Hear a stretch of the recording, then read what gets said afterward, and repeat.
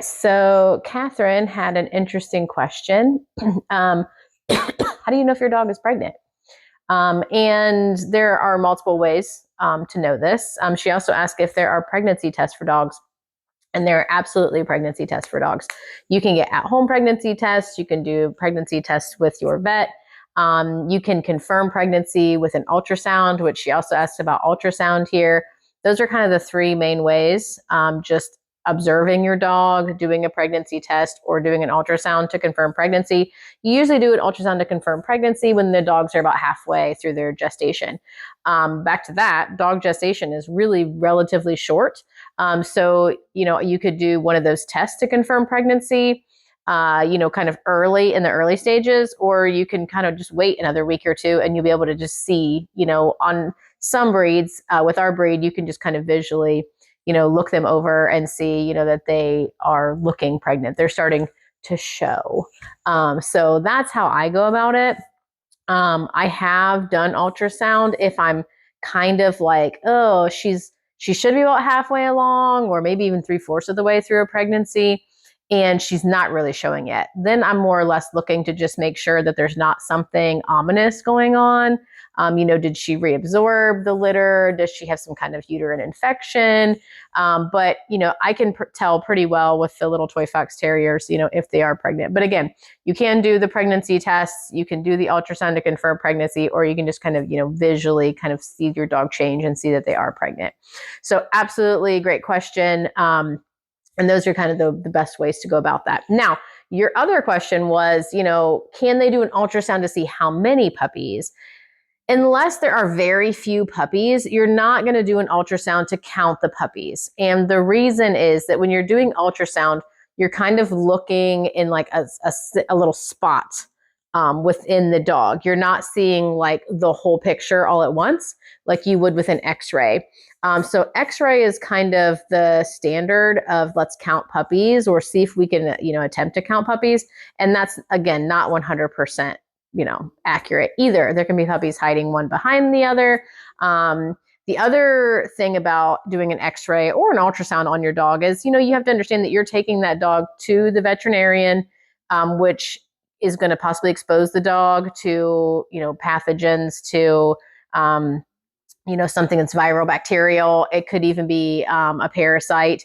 But for my dogs, the reason I don't do ultrasounds to either confirm pregnancy, again, I'm going to do an ultrasound maybe on day like 30 or 32. And by day 35 or 36, I can tell if my dogs are pregnant just by looking at them.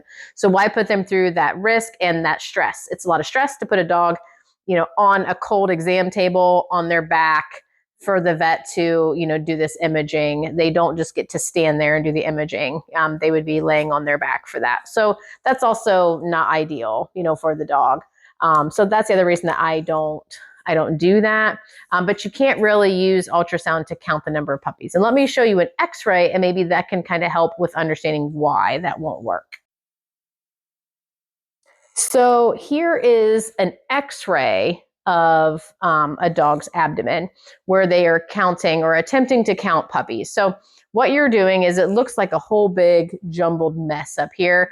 You're looking at counting skulls and or spines, or kind of that combination of. So again, it can be kind of subjective. Puppies can be hiding. They usually take two different views. And again, this is kind of like that big view of like the whole abdomen. And why ultrasound doesn't work is when you're looking at ultrasound, you would just be looking at like this little spot, here. And then you'd move it and you'd be looking at this spot here. And you might be like, okay, I see a puppy here. And then you go to move the little probe and you're like, okay, I see another puppy. And then you're looking, over this way or over that way. And you're like, oh, wait, did I already count that puppy? Is that a new puppy? What's this up here? Is this another puppy? So it's very hard to keep track with ultrasound because you're looking at kind of this whole big picture up here, but just like one little spot at a time. So if you could do an ultrasound, early on and kind of maybe count when the puppies are very small. But again, if you're counting at day 35, there's a chance that not all of those puppies will make it to the time in which they're going to be birthed. One of the puppies could be reabsorbed or something like that. So it's not a great time to count puppies when they're so small that you could see them in their little individual sacs and they're still kind of like close together with each other. But again, at this stage, when you're x-raying, like right before the puppies are born, you're usually doing an x-ray like this within like a week of when you expect the puppies. Ultrasound just probably isn't going to be the best thing unless, again, there's only kind of like one puppy in there and you're moving all around and you still just kind of see that one puppy. The other reason I don't do x-ray is because you're going to expose those puppies to that radiation. And when you're a pregnant woman, they're always like very careful, like, oh, you can't have an x-ray, unless it's absolutely necessary because you're pregnant. So like knowing that, thinking, and we're that way with pregnant women, we don't expose the baby to that x-ray and that radiation, then why would I do it with the puppies? Again, it's also very stressful to the mom to be stretched out on her back and then on her side, or usually the two views that they do, where like somebody grabs the two front legs and pulls them straight out, somebody grabs the two back legs and pulls them straight out, and you're getting that nice like stretched out view of their abdomen. Again, also just very stressful for my girls. So I don't do x-rays or ultrasounds generally unless I suspect there's a problem. I would absolutely do whatever imaging is needed. If we are like kind of like, she's had some puppies, I think there's another one, maybe feeling the abdomen, or she's still having some contraction, she's not settling in, I think there's still a puppy in there, I would absolutely take her to the emergency vet or my vet if they were open at that time. But they don't usually have their puppies at the time when the vets are open and able to see you.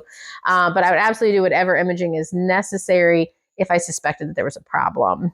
But for larger breeds, where you can't just kind of see them, look at their bodies, they have a lot of hair on their bodies, the mother dog, then these imagings can be very good to just kind of see, like, are they pregnant, get a general idea of the number. But like with my guys, I've been doing it long enough that I can look at them, look at their body condition by the time they're getting ready to birth, and have a pretty good idea of about how many puppies they should have, and kind of know when it looks like they are, completely done having their puppies. So great questions about delivery, assessing, pregnancy, all of that. So if you have other questions, put those in the comments in my posts, and I'll either reply to them there or, like in this case, like make a video about it.